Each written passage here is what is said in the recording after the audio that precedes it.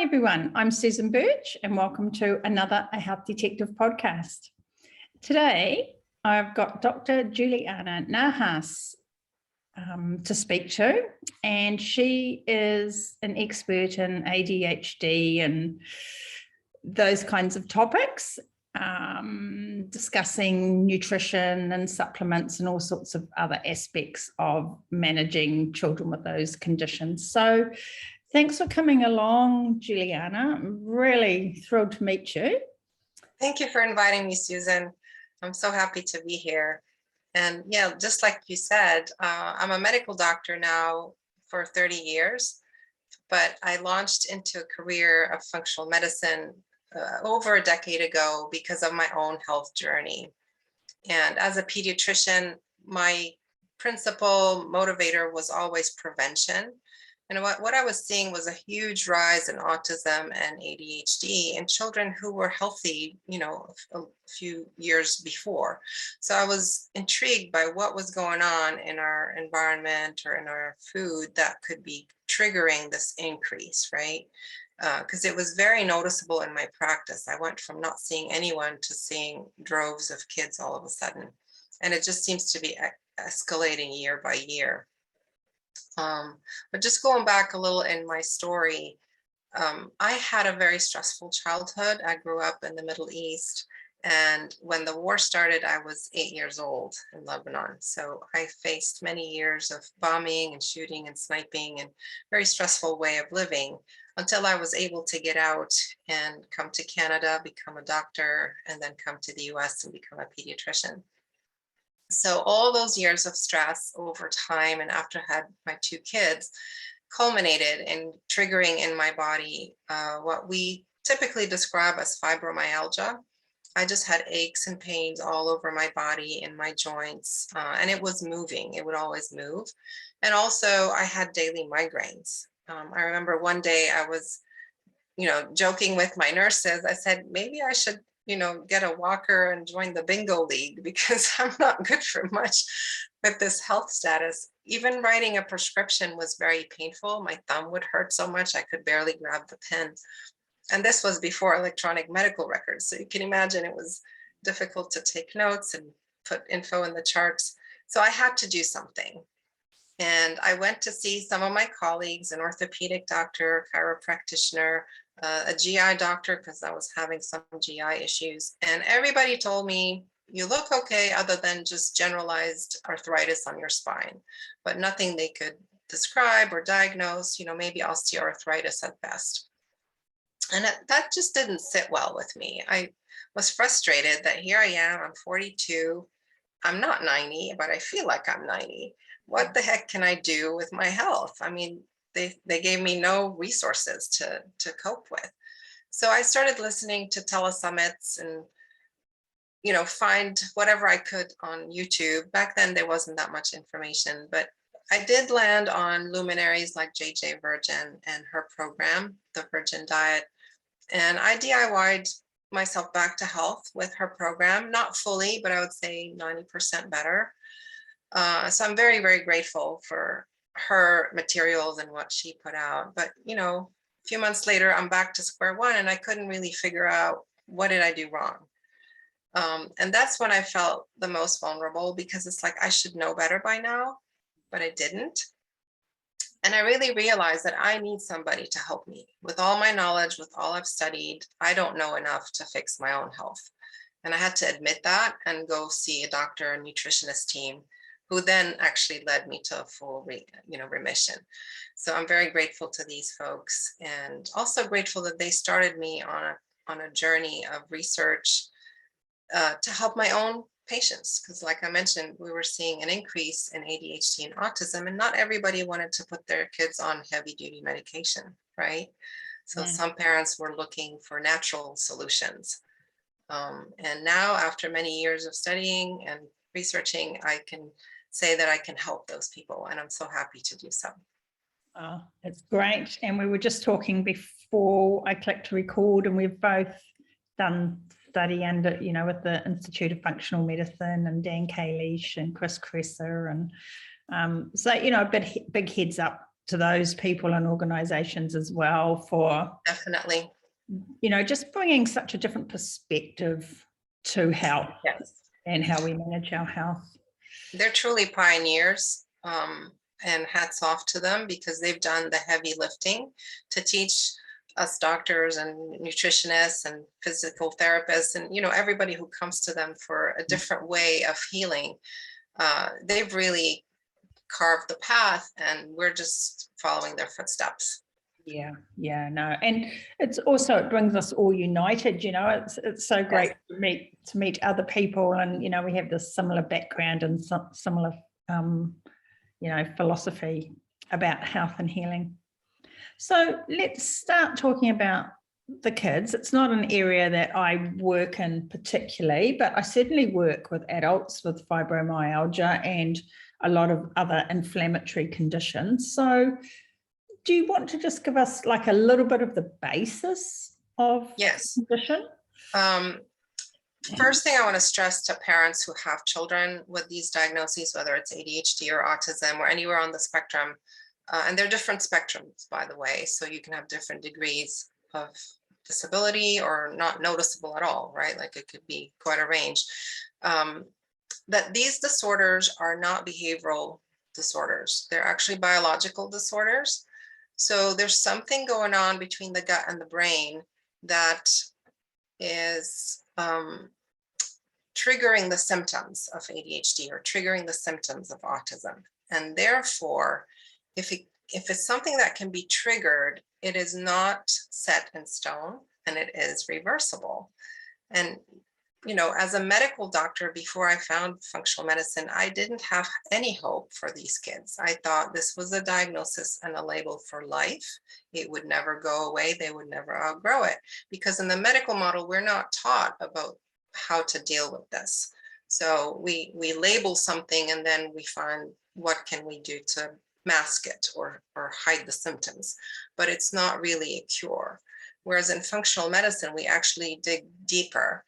And we go into the cellular physiology, the cellular health, and we try to understand in systems what's going on with the immune system, what's going on with the nervous system, what's going on with the metabolic or hormone system. So we think differently and we wear different hats. And that new lens really opens up a whole territory of healing, which I'm so relieved to have discovered. Yes, it does, because, not really a criticism of medicine, because it's easy to understand how it's evolved, but each area specializes and never the twain shall meet.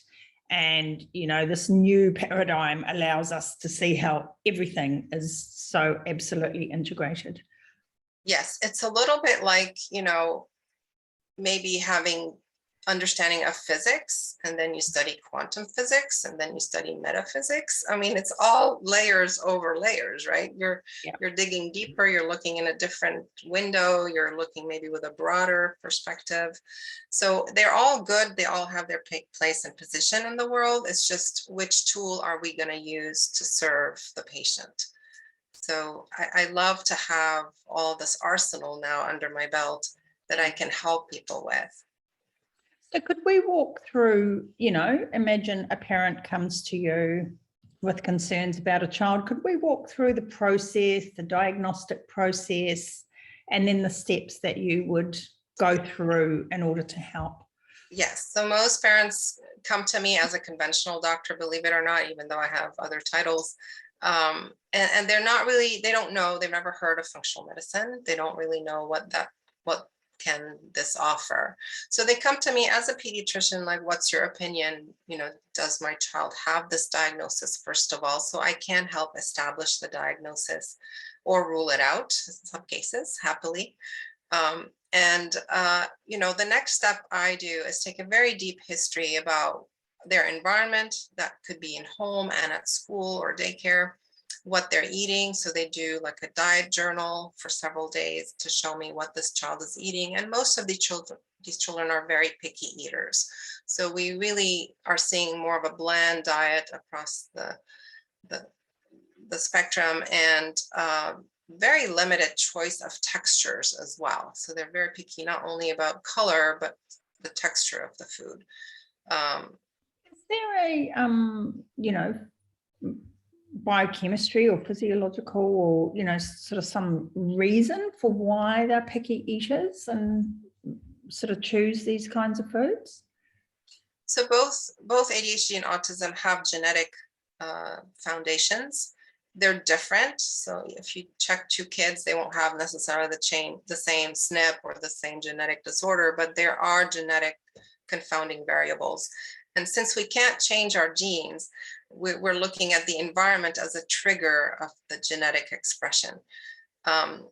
I think in our society, we rush to put our kids in front of the TV. We rush to give them candy and sugar and chocolates and things that are not natural in the real world, right? It's all man-made. And so there's a change and an editing in the taste buds. And over time, these children, I find, become more picky as their disease and inflammation gets deeper. So the underlying mechanism is the genetic SNP, like a slightly different genetic basis. Right. And then the environment is basically stimulating that change. And so if we can address the environment, then we can reduce the impact that the SNP has on the child. Yes, right. We can never, change the genetic blueprint that we were born with, but we can change the genetic expression. So if we remove certain triggers, as we test those children, we will figure that out. Then we can reduce the symptoms and reverse the diagnosis. So thanks for that. I'll let you get, I interrupted you there. So I'll let you. No, that's. I just thought that it would be a good thing to clarify is, if there was some sort of physiological basis for this. Great. Definitely. So you've identified the children, they tend to have less varied food preferences. And so then from there, you do some testing?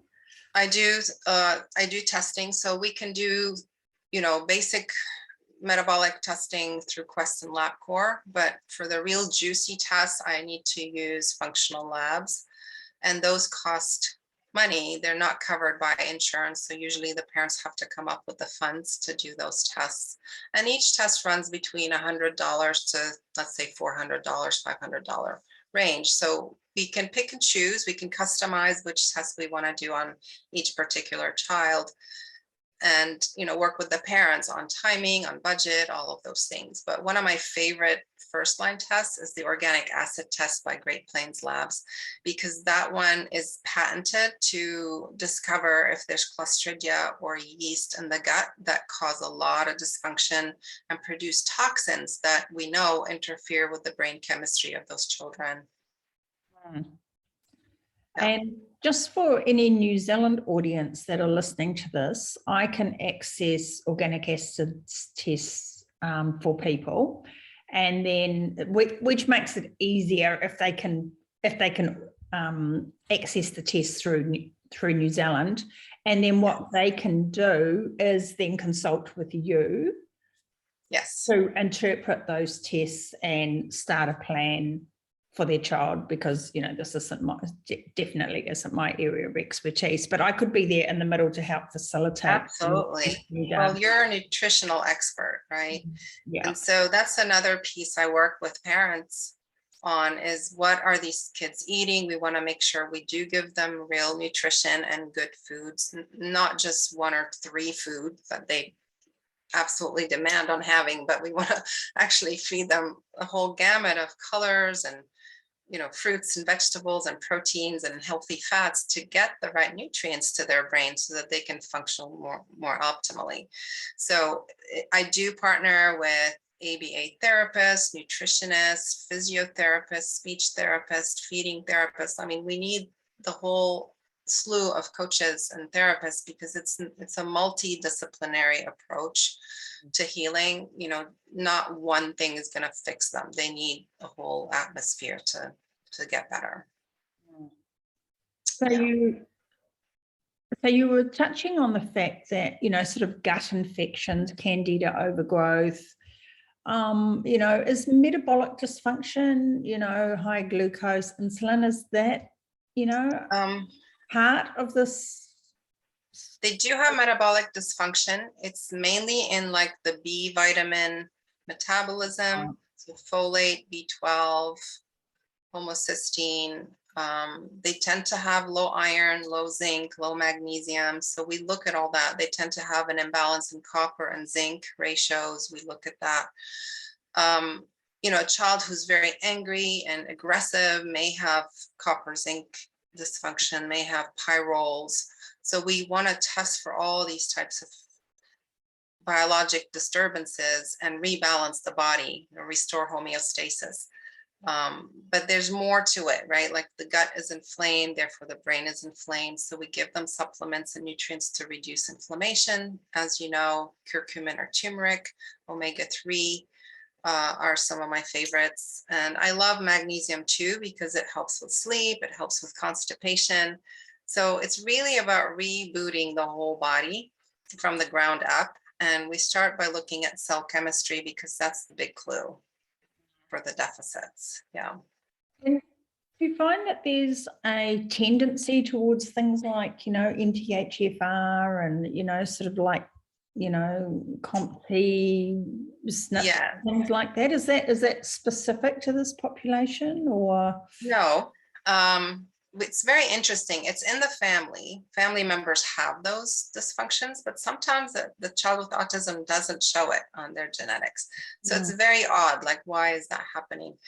But yeah, it seems to be a pattern that I see, at least in the families of those children. But we may need to look at microarray genetics, just a little step up from the nucleotides to really determine what's going on. So I don't do a lot of genetic testing just because of cost, but it's definitely in my wheelhouse. I was just curious when, you know, you were talking about the brain inflammation and also, you know, testing for, you know, B12, folate. And I was just a bit curious about the, you know, sort of NTHFR group of it impacts. kind of, It's involved. Yeah, it is involved. ADHD, I see it more than kids with autism, but definitely anybody on the spectrum may have issues with those enzyme pathways. And the trick is going to be to give them enough supplements to override the enzyme block, and also to treat the infections in the gut because they also block the enzyme function. So it's kind of all connected. That's where it takes somebody who's studied this in depth and not just like heard about MTHFR. Like I've done the work with my mentors to actually understand deeply what's going on and how to fix it. And we're dealing with children too, so it's really important that they're getting, you know, the best quality information and not just sort of reading something on Google and buying some supplements from the health shop or, you know, as you say, not working with someone who has that really in-depth understanding of what's going on. So gut healing, gut infections, and I guess digestion and absorption are really important. And is that sort of like the first phase? You spoke about doing an elimination diet. I do an elimination diet. So I think when I see a new patient, I'm going to definitely start them on the elimination diet first and foremost, because it's easy to get started there while we're waiting on the test to come back. So it might take 6 to 8 weeks to get the test results, but we don't sit waiting. We do actually embark on vitamins and nutrients, the elimination diet, in some shape, way or form. We can modify it as best we can if we need to. And really, we start there. We, you know, if they have constipation, I give them a lot of magnesium and Miralax and things to help them move their bowels. And sleep is usually an issue. So we work on helping them sleep because everybody's sanity will be better in the morning if the family's gotten to sleep. You know, it's important to support the parents. The parents are usually extremely stressed out, extremely tired, and feel hopeless because they haven't heard anybody tell them what they can do about it. It's just, here's the diagnosis, now deal with it. And they're left holding the bag. So I really feel compassionate and sensitive to the needs of the parents as well. So I'm there to support them as much as I support the child. So how difficult is it do you find, is it for families and, parents and families to implement these changes? Do you try and, sort of work with the family as a whole group, or are these just specific to the child? Usually the mom and the child come in. Sometimes the dad will come in, but not always. So I work with the parent that's in front of me, and I'm giving them tips on supporting their own mental health and biological health, as well as supporting the whole family, because they're cooking for the family anyway. Yeah. So we need a buy-in, if you will, from both parents that, okay, we're going to do this for our whole family. And now we're going to all eat better. We're going to all do the vitamins. We're all going to exercise. We're all going to sleep 8 hours. So it's important that it's a dynamic and something that we're instilling new habits, right? It's not going to change overnight. This diagnosis didn't happen overnight. So it's going to take us a couple of months, maybe 6, to see the transformation, but it will happen. It will happen. And once the test starts coming in, I have more data to now micromanage what's going on with the child. Yeah, and then you can recommend more specific supplements or treatments and more specific. I do like the ion panel, the pediatric ion panel from Genova. Yep. And if they have the budget to do it, I'll do it. But, again, I'm customizing. I love the food sensitivity test, the hair mineral analysis test, and a stool test to really look at what's going on for the whole picture. Sometimes we'll do a pyrrolate, a cryptopyrrole test. Yeah. But again, they're add-ons, they're not a must-have. The basic tests from Quest or LabCorp are definitely mandatory because there's some very simple things we can fix there. And so are those blood tests you're talking about there? Blood chemistry. Yeah, blood, urine, stool, and hair. I don't do saliva. So I don't do stress tests. Yeah. Even though Dr. Kalish taught us well about that. But in kids, I'm assuming they are stressed, and we're just going to give them lots of good antioxidants and support them that way. Yeah, for sure. And I presume that Dutch or, I tend to use Dutch for my, hormonal testing, but I presume they have child. They don't have it for kids, no. I think Genova has an adrenal stress test. Right. But again, you're using hormones in the protocol that I learned from Dr. Kalish, so I'm not going to do that in young kids. Yeah. Therefore, I just use antioxidants, vitamin C, and other antioxidants to support them. Yeah. So and really, it's about dialing in the habits, right? If that child is only getting 3 hours of sleep, that's not good, right? So if we can just get them to sleep better, we can fix a lot of the stress issues. And so what kind of approach do you take to things like sleep? Is that more dialing in good sleep habits and a dark room and the temperature and avoiding technology and... Yeah, and supplements. So magnesium, melatonin are go-tos. I mean, kids tolerate them well and they're safe. So I will use those in children. Bedtime stories, so setting up a routine. Setting up a routine is really important, and making sure that it becomes a fun setup for sleep. It's not a chore or something they're dreading, but making it a fun preparation for sleep so that it's just a natural transition for the child. Have you got any comments, or have you noticed anything about prenatal nutrition and whether that has an impact on the increase? 100%. Yes. Unfortunately, I don't get to see the parents in that stage. Most parents don't come to see me till after the baby's born. So I've tried to go give lectures at the nursery in my hospital, but they have not allowed me to come in because I'm not one of their employees. So there's barriers within the conventional medical model, even though I am an MD. to access those patients, I have to just wait for them to come see me after the fact, which is unfortunate because it'll be nice to prevent that ahead of time. I do have colleagues who are, functional medicine nurse practitioners in OB or doctors in OB, and they can definitely do the heavy lifting with those parents. But again, we are all only reaching our community. So hopefully more of these podcasts will now spread and deliver the message that yes, pay attention to your nutrition even 2 years before you get pregnant, because how your body is at the time of pregnancy, how your husband's body is at the time of pregnancy impact the sperm and the ovum at the time of conception. So it starts way before. I'm so pleased you brought the husband into that as well, because women often pay attention, but the man might be out drinking and, doing smoking, staying up late. Yeah. And we don't really think about the impact that has.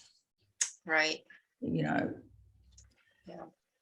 So I'm really pleased you mentioned that. I think there's a book in you somewhere there, Juliana, where you address from the. I have a book. I'm part of a collaborative. I don't know if you can see it. It's Wellness Wisdom. Yeah. I can send you the link. It's a collaborative with my colleagues. We're all in this conglomerate together. We wrote a book, a bunch of us, and each comes from a different perspective in functional medicine. And I thought it's a nice book for the general public to get familiar, like what can functional medicine do for me or my family? So we're all in that book, and I'd be happy to share the link. Yeah, please do. And I'll get you to make sure you share with me the links to you, finding you, and, and how people can work with you. Absolutely. And, perhaps any other resources you've got there that they can use. It's coming. I'm working on a mini course about autism, ADHD, and depression, anxiety. So that course is done. I just have to get it linked to my website. So again, they'll be able to find it there. Yeah, on my website. That's great. So we've tracked through. You've confirmed the diagnosis. You've done the testing. You're treating the gut health. You're improving the nutritional quality, absorption and digestion. And so then from there, then where do you go from there? I think we're pretty much on the home stretch once we've gotten that far. There's always things to tweak. So I would recheck with the clients every few weeks, maybe every month, once a month, to see the progress they're making, because we know as we implement changes, it's going to take 30 days to see the impact of that. So I give them the time to get their head around the concept, to start implementing in their home and get the child on board. So I would say 3 to 4 months in, now we're seeing improvement. And now I can say, okay, this is as far as we've gone, but there's still this little area I need to fix. So let's do this next thing. And I may take them down the rabbit hole, if you will, of the next steps they need to do to improve. Like I had a patient who did great when we started the vitamin A and vitamin D cod liver oil, but the speech stagnated after a while. So we started him on B12 injections and he took off. Okay. Yeah. And now that same child, he was 2.5 when we started. He's now 4. He's in mainstream school. He's no longer diagnosable as having autism.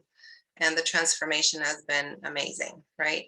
But these were parents who took everything I told them and applied it like without question. They implemented what I told them and they didn't hold back on the buy-in for their child. You know, they wanted the child healthy. So it's very pleasing, and it's just amazing to see this child now, because I cry every time I see him, because he's definitely so different than the child I met the first day.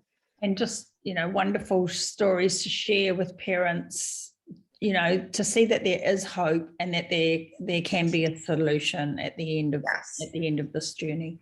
Yeah. Mm-hmm. And the younger we start with the children, the more effect we can impact, right? Somebody who's 15, I'm going to have less leverage on his body than somebody who's 2.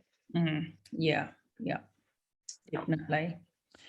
And I was just going to comment about the need for things like retesting, you know, because you can't just like keep piling in the vitamins and the nutrients with, you know, without checking to make sure, one, that they're working, or two, you know, they've kind of reached saturation point, and, you know, do we need to modify that, change it? And then, and it may be an up and down process, especially with those B vitamins, So I would and say things like that. by month 6, I want to retest. And then after that, we may retest every 3 months, because again, we're so close to being at the optimum position. So it's initially, and then at 6 months, and then after that, roughly every 3 months if needed, but not always. It's not always needed. Once they're stable and they know what they're doing, we can just maintain. You know, and only intervene if something relapses or they get sick and now they're inflamed again. So those are situations why I would need to retest.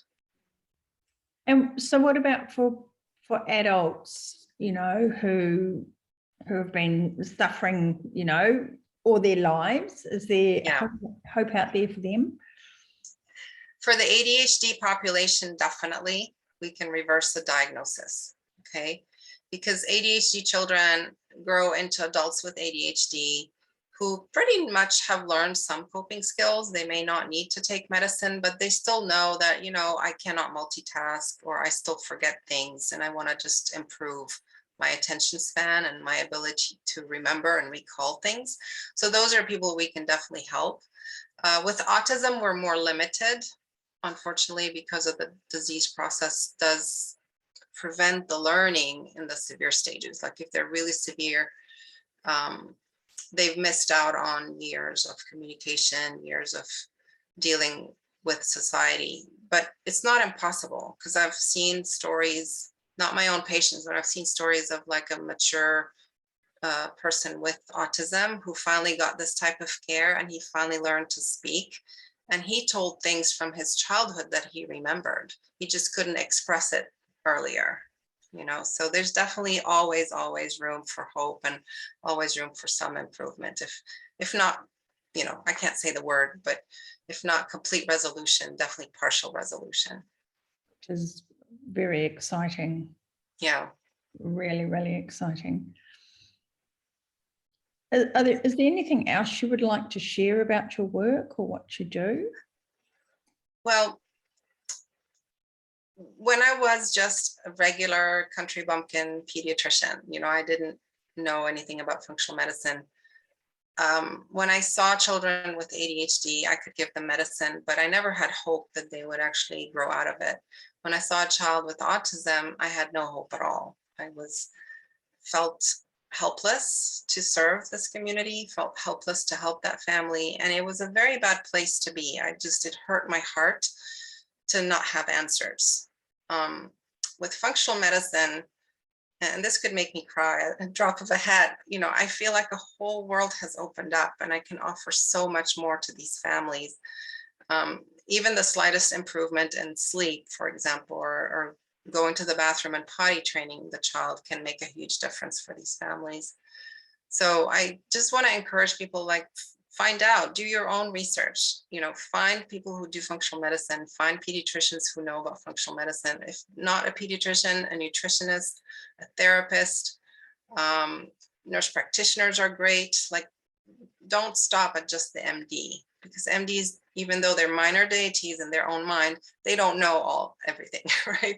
So I just want to say, please keep doing the research. Keep looking. Yeah. How many undiagnosed kids would be out there? Is that scary? You know, are there a lot of children out there who maybe people think have got, you know, behavioral problems or poor parenting, or? Not poor parenting. I would say a lot of kids may be mislabeled, you know, ODD or anxiety or something of that nature. So it's the wrong diagnosis or a partial diagnosis. So my children with autism on the Asperger spectrum are highly anxious people, right? They're usually not very disruptive. They're usually very quiet, but very anxious folks, and they don't acclimate well in society.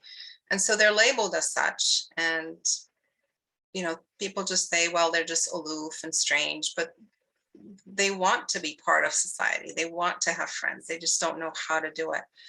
So I think having an eye for that as a teacher, as a principal in the school, educating those people that can recognize these syndromes, and then telling the parents, okay, we think this is what's going on.